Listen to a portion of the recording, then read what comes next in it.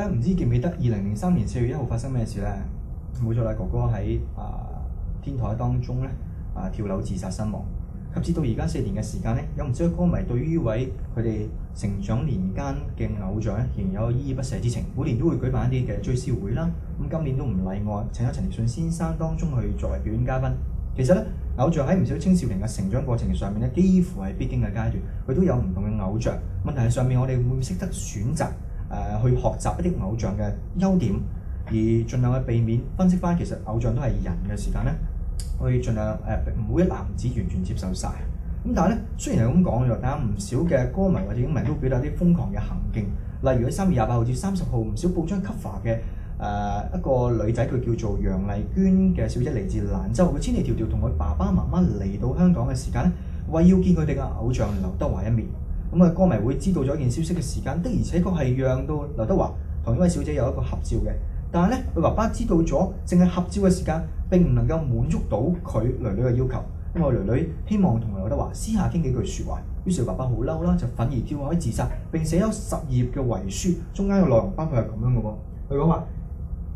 我再唔忍心見到我孩子痛苦，我決定以死抗議。我死咗啦，你劉德華仲要見我嘅孩子，不然我死不瞑目。寫咗12頁嘅遺書，咁當然引起咗唔少傳媒繼續去追訪啦。咁但係當佢爸爸過身之後咧，呢兩母女就實在喺冇錢繼續香港啦。有唔少記者就夾錢俾佢哋香港繼續可以留宿咗一晚，因為佢嘅雙程證繼續到期嘅時間咧，所以佢哋被逼喺第2日嘅時間就要離開香港。當佢哋去到深圳嘅時間，竟然有內地傳媒記者神秘接走咗佢哋啦，下榻咗喺深圳另一間酒店。於是乎唔少中港台嘅記者咧，繼續去追訪呢位嘅小姐。咁其實喺報道上面都有啲評論報道去講翻，其實追星嘅時間咧需要小心啊，會可能請咗啲心理學家啊講翻，其實追星應該要有一個限度啊，唔好太過分咁樣。但係同一時間唔少嘅記者咧出錢，希望我哋繼續留喺深圳或者喺香港。當我哋及至飛到蘭州嘅時間，記者仍蜂擁追到佢嗰度，繼續訪問佢。當我訪問佢究竟會唔會繼續追劉德華嘅時間，呢位小姐仍然都話會繼續為咗對佢爸爸嘅一個還佢爸爸個心願嘅時間，不單止要劉德華同佢傾句説話啦，還要佢劉德華為佢爸爸嘅靈前當中去表達歉意咁樣。睇嚟呢位楊麗娟小姐仍然都係發佢嘅追星夢。但喺過程當中嘅時間，佢似乎冇因為爸爸嘅過身而有任何嘅悔意咁樣。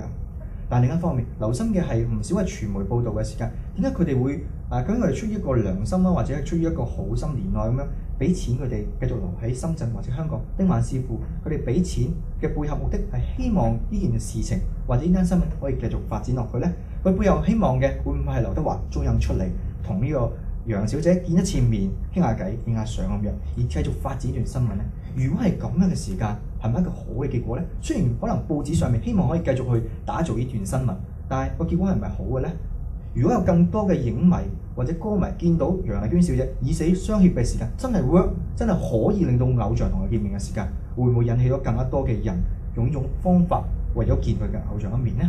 咁所以作為傳媒嘅時間，喺報導嘅時間，除咗平衡報導之外，係咪需要一個終結位、一個完結位當中，而唔係繼續希望用錢用其他方式讓呢件新聞繼續發展落去？特別呢個新聞入邊嘅意思或者價值帶有負面嘅意義。